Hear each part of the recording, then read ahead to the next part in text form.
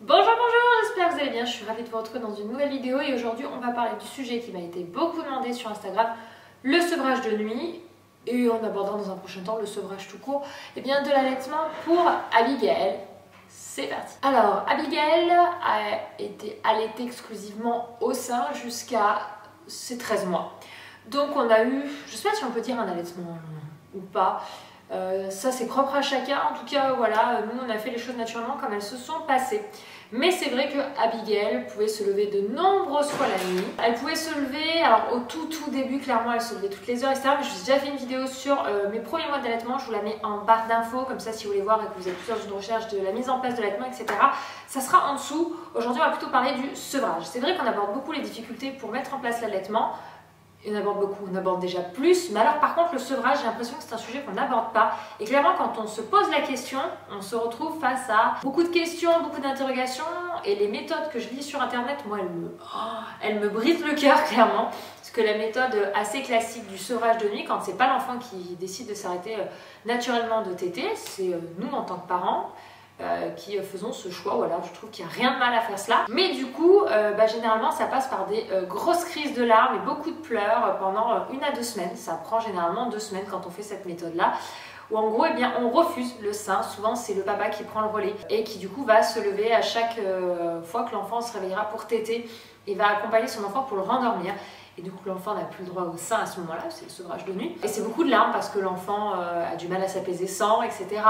Et alors moi ça, je me sentais pas du tout la force de faire ça de cette manière. Je trouvais ça, et c'est mon point de vue, cruel de faire cela à mon enfant, parce que c'est comme si du jour au lendemain vous décidez plus de tétine et que votre enfant, en fait il a toujours été habitué à tétine, qu'il est petit, qu'il comprend pas encore pourquoi on lui retire et qu'il la perd pendant la nuit, qu'il a l'habitude qu'on se lève pour lui remettre et que là d'un coup c'est non, c'est fini. C'est difficile aussi. Et du coup j'avais pas du tout, je me sentais absolument pas de la voir pleurer et être pas bien parce qu'elle comprendrait pas. Donc je n'ai pas du tout voulu employer cette méthode-ci. J'ai trouvé une autre manière beaucoup plus douce. Par contre c'est beaucoup plus long et c'est beaucoup plus fatigant pour soi. Mais clairement, moi c'est la méthode qui m'a convenu. Alors il faut savoir déjà, gros disclaimer, c'est que ce qui a marché pour moi ne marchera pas forcément pour tout le monde. C'est vraiment propre à chaque enfant et à chaque parent. Mais je me suis dit que ça pourrait être intéressant d'en parler parce que du coup je ne l'ai lu nulle part et je me suis dit que j'allais essayer comme ça et pour moi ça a fonctionné. Donc si ça peut être une méthode qui peut servir à d'autres, eh bien tant mieux. Ça sera que positif d'avoir fait cette vidéo. Donc déjà il faut savoir que la première étape c'est l'endormissement sans sein. Il y a des moments où Abigail ne pouvait vraiment s'endormir qu'au sein et je me suis dit mais jamais je vais arriver à lui faire ne plus prendre le sein sans pleurs. Vous remarquerez quand vous allaitez, quand le bébé tète qui s'alimente et quand le bébé tète comme une tétine. Il ne tète pas du tout de la même manière. Alors les premiers temps on ne se rend pas bien compte, par contre bon, voilà, à 12 mois et depuis bien longtemps, je faisais bien la différence entre les deux façons dont elle pouvait prendre le sein en bouche. Donc en fait pour l'endormissement c'est que je la laissais téter tant qu'elle s'alimentait et quand je sentais qu'elle commençait à tétouiller, je la retirais du sein. Alors des fois c'était hors de question et elle a grippé le sein corps et âme, mais je peux vous dire que là vous ne lui en avez pas de la bouche parce que sinon ça fait mal. Moi ici nous on a utilisé des objets de transfert, ça a été la susu et le verre Munchkin pour l'eau, et c'est vraiment celui-ci, cet objet de transfert qui est top pour Abigail, parce qu'en fait c'est le besoin d'avoir quelque chose qui s'écoule dans sa gorge. Il y en a qui veulent pas la tétine, donc du coup je sais pas si ça peut marcher mon fonctionnement, ça c'est vraiment à vous de voir. Nous la tétine elle est là uniquement pour s'endormir, donc voilà, après ça c'est un choix personnel, mais on savait que de toute façon, dans mon cas je savais qu'il fallait un objet de transition qui substitue le sein. Donc du coup en fait dès qu'elle a été, elle a accepté quand elle retirait, je lui proposais la tétine et moi au fur et à mesure elle a accepté. Des fois elle voulait pas, elle s'endormait au sein, je la reposais, mais petit à petit, à force de faire cet exercice là, elle a accepté la tétine ou le verre Munchkin. Mais voilà, des fois même à une période où on n'a absolument pas voulu la tétine et je la retirais du sein et elle finissait par s'endormir sans le sein. Ça prend une plombe, hein, parce que clairement quand on se le dise au début, quand on s'endorme au sein, ça prend 2 secondes, ils lâchent, on les pose, ils dorment. Donc je comprends totalement quand ils sont comme ça et qu'on est épuisé, qu'on n'a pas du tout envie de rentrer dans cette phase-là qui demande beaucoup d'énergie. Donc voilà, il ne faut pas se sentir incriminé si vous êtes dans cette position et que vous n'y arrivez pas. Il y a un moment, il faut aussi soit tenir le coup ces journées. Donc voilà, ne vous en voulez pas si c'est votre situation. Il y a un moment, il faut aussi trouver un équilibre qui est là pour le bien-être de tous. Mais si vous avez envie de rentrer dans cette dynamique, voilà, sachez que c'est épuisant et long, qu'au lieu d'endormir bébé en 2 minutes ou 5 minutes top chrono, là clairement il faut une demi-heure. Voilà, donc ça prend du temps, mais au bout de plusieurs jours, etc., à force de répéter, ça rentre. Alors il y a des marches arrière, des marches avant, c'est-à-dire que ça rentre, ça va super bien. Puis il y a des moments où, je sais pas, pendant 10 jours ça va super bien, puis il y a un moment où le bébé va pas être bien, malade, ou je ne sais pas, gros coup de fatigue, il y a une journée où il y a beaucoup de monde d'occupation d'agitation. Clairement, tamponnez-vous, vous refaites marche arrière, ils veulent 100% dormir, là la tétine d'habitude qui marche bien, que dalle. Donc c'est un peu ça, hein, faut le savoir. Et après ça reste, mais il y a quand même des hauts et des bas dans les premiers temps d'acquisition de ce passage-là. Une fois que vous avez réussi à trouver votre méthode qui marche pour vous pour l'endormissement sans le sein, ça peut être papa qui prend le relais, qui berce et qui endort. Voilà, je ne sais pas, à vous de tâter le terrain, de voir ce qui fonctionne avec votre enfant, mais déjà pour la nuit, il faut que l'enfant, quand il s'endort, il soit dans le lieu où il va se réveiller, puisque en fait s'il a une phase d'éveil et qu'il se rend compte qu'il n'est pas là où il s'est endormi, c'est vachement perturbant pour eux et du coup forcément ils vont réclamer de se retrouver dans la situation dans laquelle ils étaient quand ils sont endormis. Donc c'est pour ça que c'est une étape qui est quand même assez importante, qui prend du temps, mais voilà, c'est la première étape pour le sevrage de nuit. Ensuite, celle qui est la deuxième étape, et moi qui m'a demandé, je sais pas, en fait ça m'a pris une semaine, c'est en fait comprendre dans la nuit quels sont les tétés où bébé tète, s'alimente, et les bébés où ils têtent vite fait, mais surtout qu'ils se rendorment. Et j'ai vraiment pris le temps sur une semaine et de regarder toutes les heures, c'est-à-dire que je n'ai quasiment rien dormi parce qu'habituellement, voilà, je ne regarde pas l'heure, je prenais bébé, je la mettais au sein, je la reposais. Des fois, elle finissait la nuit dans le lit avec nous et en ayant accès à la poitrine librement parce qu'il y a un moment où il faut aussi tenir ses journées derrière et que ça nous convenait, que ça nous allait très bien. Mais elle vit, grandit, etc. Donc on voulait passer cette étape. Du coup, bah là, vraiment, on est réveillé tout le temps. Et en fait, ça m'a permis du coup de distinguer les tétés où elle mangeait vraiment et les tétés où elle tétouillait. Et l'idée a été de retirer ces tétés où elle tétouillait. Donc je venais, je la prenais à bras, par contre je faisais attention d'avoir toujours un t-shirt parce que sinon bah, elle ne comprend pas et elle a envie d'avoir accès à la poitrine. Donc c'est malgré tout, c'est moi qui l'ai fait, des fois c'est Anthony qui s'est levé, mais c'est-à-dire que moi j'ai pu me lever aussi pour poser la tétine ou à boire dans un premier temps. Si elle acceptait, elle se rendormait. Des fois c'était oui, des fois c'était non. Et à ce moment-là, elle avait accès au sein. Mais je lui proposais toujours dans un premier temps sa tétine ou à boire. Et des fois, ça lui allait très bien et elle se rendormait. Elle était apaisée, je lui faisais un petit câlin, etc. Des fois même depuis le lit sans avoir besoin de la prendre à bras. Et petit à petit, à chaque fois que je savais que c'était les heures où bébé n'avait pas faim, elle n'avait pas le sein. Par contre, je connaissais cet été du coup où elle avait faim et là, elle avait accès au sein sans problème. Ce qui a permis de passer de... Donc on avait 20h, 22h, minuit, 3h, 5h, 7h. Donc ça faisait quand même 6 au total entre le coucher et le réveil. Donc elle avait quand même un bon 4 dans la nuit. Ça m'a permis d'avoir le 22h c'est le premier que j'ai réussi à faire sauter petit à petit. Voilà, des fois elle me le décalait entre vers 23h, il y en avait un vers 1h. On a réussi celui-ci à l'enlever puisqu'en fait elle avait juste soif. Donc par contre elle se levait, c'est-à-dire que vous enlevez la tétée mais vous n'enlevez pas forcément le réveil. Et en fait ce réveil il va s'enlever petit à petit, c'est-à-dire qu'une fois que vous avez réussi à le remplacer par l'objet de transition, moi ici c'était boire, parce qu'Abigail avait quand même besoin en fait, de boire une petite gorgée, d'avoir quelque chose qui s'écoule dans sa gorge je pense, une petite gorgée et de se rendormir. Voilà, c'est cette étape-là qui a passé, mais du coup bah, elle va quand même se réveiller pour boire à 22h. Donc à 22h elle s'est réveillée, je sais pas, pendant au moins 3 semaines encore, avant de ne plus se réveiller pour boire. Alors par contre, faites attention, ça dépend aussi de la température, s'il fait très chaud, trop sec, etc.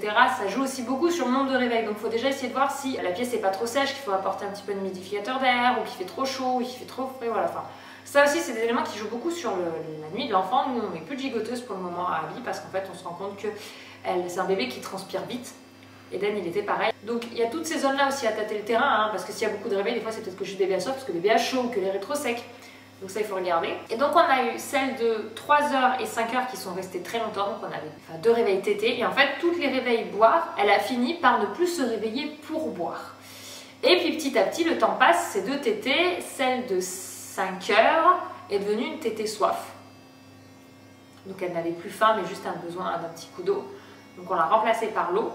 Et il restait du coup plus que celle de 3h. Donc on a réussi petit à petit mais ça s'est fait sur un mois et demi, un bon mois et demi comme ça. Donc c'est-à-dire ce qui peut être fait, réglé en 15 jours, en un mois et demi on était passé à une tétée. Puis Abigail entre temps des fois était malade, donc elle se réveillait plus souvent, elle avait besoin du sein plus souvent. Donc voilà, c'est vraiment à vous de voir comment vous sentez. Il faut avoir la force de tenir autant comme ça dans la durée. Après, quand on se fait autant lever dans la nuit pour téter, mais c'est moins de fatigue parce qu'on répond tout de suite aux besoins de l'enfant, il tète, on somnole un petit peu, on le repose.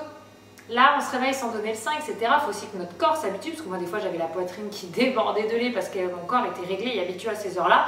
Et donc, elle dormait. Donc, voilà, ça fait vraiment partie de la chose. Et puis, mon corps, pour ma part, c'est très vite régulé au rythme d'Abby. Les heures où, à partir d'une semaine, ou même pas à 3-4 jours où elle ne tétait plus à cette heure-là, il était plus submergé de lait. Par contre, si elle tétait, tout de suite, il y avait du lait. Mais voilà, mon corps s'adaptait très vite. Et elle aussi, et là où il y a eu le grand changement de cap où Abby s'est mis à faire ses nuits, c'est quand Abigail a été capable seule de trouver son verre d'eau dans son lit, de boire et de le reposer et de se rendormir. C'est là où Abigail s'est vraiment mis à faire ses nuits et n'a plus réclamé le sein à 2h30 du matin. Donc on est aussi entre-temps passé à un allaitement mixte, c'est-à-dire qu'elle avait du lait au biberon. Elle prend même maintenant du lait en bouteille, c'est pas vieux, ça date d'1 mois. Donc là, elle aura bientôt 15 mois, donc on va dire que c'est arrivé fin juillet. Donc elle avait presque 14 mois où elle a commencé à accepter du lait en bouteille, puisque tout simplement des fois je ne suis pas là, j'ai beaucoup de mal à tirer mon lait au tiret. Voilà, je tire, on va dire que si je tire 2 fois du lait dans la journée, ça fait un biberon et demi pour elle. C'était pas énorme, mais encore Abigail buvait des biberons de 120 de mon lait, ça la suffisait. Alors par contre, si on est sur du lait artificiel, 3e âge, elle va avoir besoin de 270. Donc je pense, et on était assez d'accord avec Anthony, c'est qu'en fait mon lait était très nourrissant et il n'y avait pas besoin de boire beaucoup, alors qu'un lait la nourrit moins, donc elle a besoin de plus grande quantité. Voilà, c'est la déduction qu'on en a fait. Donc on a fait cette transition là parce que voilà, j'ai eu par exemple mon enterrement de vie de jeune fille où des fois je suis pas là de la journée, donc il n'y avait pas forcément des grosses réserves de lait. Donc Anthony et moi, on voulait qu'elle puisse, au cas où que je sois pas là, eh bien subvenir à son besoin de s'alimenter sans moi, puisqu'Abigail mangeait en solide très peu.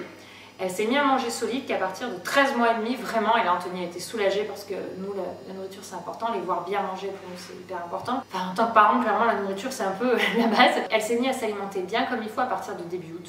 Donc voilà, et maintenant elle tète plus vraiment, parce qu'en fait elle a pris l'habitude de son biberon le matin et le soir. Quand elle est fatiguée, elle réclame le sein, quand elle rentre de sa journée crèche, elle a envie de téter, voilà, mais elle ne tète plus pour s'alimenter. On garde cette tétée de confort, on appelle ça une tétée de confort parce que pour ma part ça ne me dérange pas. Elle peut le faire une fois le matin, et encore c'est assez rare, elle le réclame plutôt le soir fatiguée, voilà, on se pose tranquillement après nos journées, c'est une petite tétée tranquille. Voilà, tout simplement. Ou si le matin, j'arrive qu'avec un short dans sa chambre et que je n'ai pas pensé encore à mettre de t-shirt, et bien qu'elle voit mes seins, par contre là tout de suite elle va vouloir téter. C'est un peu comme un bébé qui voit un biberon tout de suite. Ah, trop bien! Bah voilà, c'est un peu le même principe et c'est comme ça qu'on a réussi à ce qu'Abigail dorme la nuit. On a 2 semaines et demie, presque 3 semaines qu'Abigail fait ses nuits, vraiment. C'est-à-dire qu'on la couche à 20h et qu'elle se lève entre 6h30 et 7h. Alors, c'est pas ses nuits. C'est nos nuits, parce qu'elle a toujours fait ses nuits, c'est-à-dire qu'Abigail ne faisait pas la zumba au milieu de la nuit. Jamais ça a été le cas, c'est-à-dire qu'elle se levait uniquement pour s'alimenter. Elle se réveillait, elle tétait même en dormant. Je sais que par exemple, si je la mets avec nous dans le lit, elle peut rester au sein 1h, 1h30, voilà. Mais par contre, elle est passée dans sa chambre depuis c'est 1 an. J'arrive plus à me souvenir exactement quand est-ce qu'on l'a passée dans sa chambre. Étant donné qu'elle se levait encore 4-5 fois par nuit, moi je l'avais gardée à côté de moi parce que c'était beaucoup trop de fatigue. Et oui, je me suis mis dans une situation de confort. Elle dormait même pendant très longtemps dans notre lit avec nous. Chose que j'aurais jamais pensé faire avant d'avoir comme ça un allaitement plus long. Et donc voilà où on en est un petit peu au niveau du sevrage, c'est-à-dire que il faut tâter le terrain. Je l'ai toujours mis en climat de confiance, c'est-à-dire, en gros c'est comme si je disais ma chérie, si vraiment tu veux pas de la tétine, ou si vraiment tu veux pas du verre d'eau, il n'y a pas de souci, je te donne le sein. Mais par contre, toi et moi, on sait que là tu n'as pas faim, tu n'as pas besoin de t'alimenter au sein de maman, tu as juste une petite phase d'éveil, et du coup tu as envie de réconfort pour te rendormir. Donc je peux te l'apporter autrement, papa peut te l'apporter, il n'y a pas besoin que ce soit le sein de maman, ça peut être un câlin, un bisou, la tétine, boire une petite gorgée d'eau, et on repart, on se rendort, il n'y a pas de problème. Je lui explique de cette manière-là, voilà, ma chérie, mon bébé Abigail, voilà, votre enfant comme vous avez l'habitude de l'appeler, l'expliquer, et on teste. Tétine, parce que nous il faut que ce soit tétine, verre d'eau, câlin. Et si c'est pas ok, que vraiment ça suffit pas, eh ben il n'y a pas de souci, ma chérie, je te donne le sein.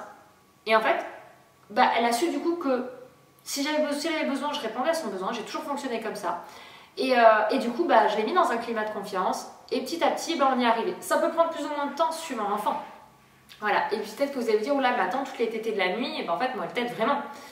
C'est peut-être que du coup, elle a toujours besoin et qu'elle n'est pas encore prête à être sevrée. Donc après, essayez de voir si certaines tétées, malgré tout, vous pouvez les remplacer par boire un peu d'eau. Alors ça peut être, je sais pas, il y a des sortes de, alors je dirais pas des tisanes bébés, mais vous savez, des fois on peut mettre de la fleur d'oranger, il y a des qu'on peut mettre dans l'eau pour donner un petit goût. Ça peut être ça que vous pouvez donner à vos enfants. Nous, à un moment, on avait fait beaucoup ça pour Eden qui ne buvait pas de l'eau, il ne voulait pas d'eau, il voulait que ses biberons. Et en plein été, c'était un peu compliqué.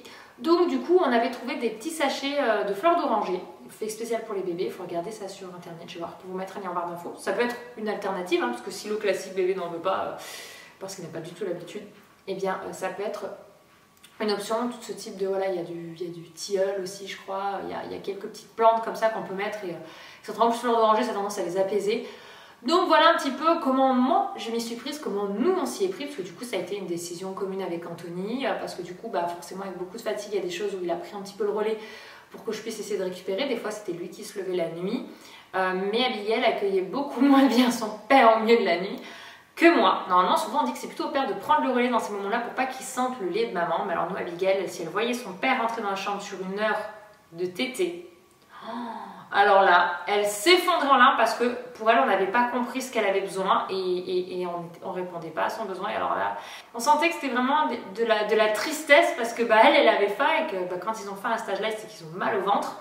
Et que du coup, elle avait compris qu'elle n'allait pas avoir le sein et du coup, comme elle n'allait pas la nourrir, alors là, c'était le drame. Par contre, quand c'était pas les heures de tétée, il n'y avait pas de souci, elle accueillait son père, pas les premiers temps, il faut quand même que maman fasse d'abord le premier geste de transition dans notre cas.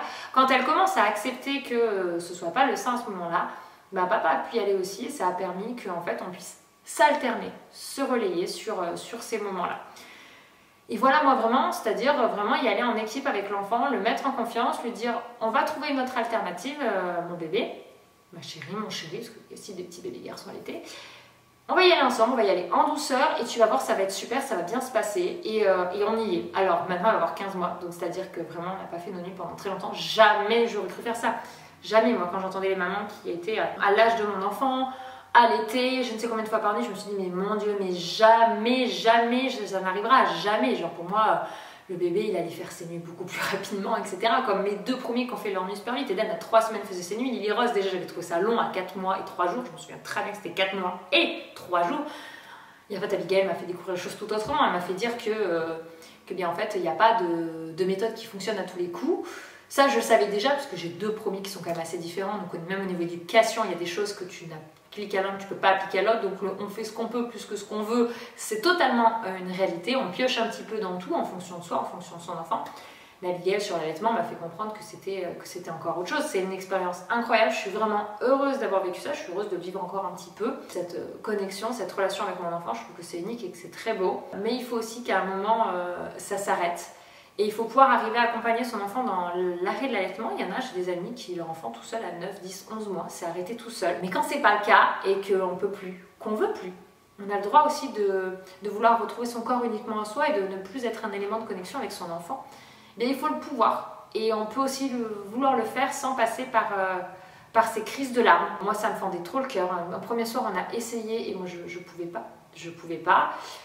Anthony non plus, c'était dur. Et puis voir Abigail comme ça nous fendait le cœur. Donc on y est arrivé. Ça nous a pris 4-5 fois plus de temps que la méthode par les pleurs. Mais ouais, en tout cas, nous, elle nous a plus convenu. Et puis j'espère que cette vidéo vous aidera. Merci de l'avoir regardée. Et puis à bientôt. Ciao, ciao!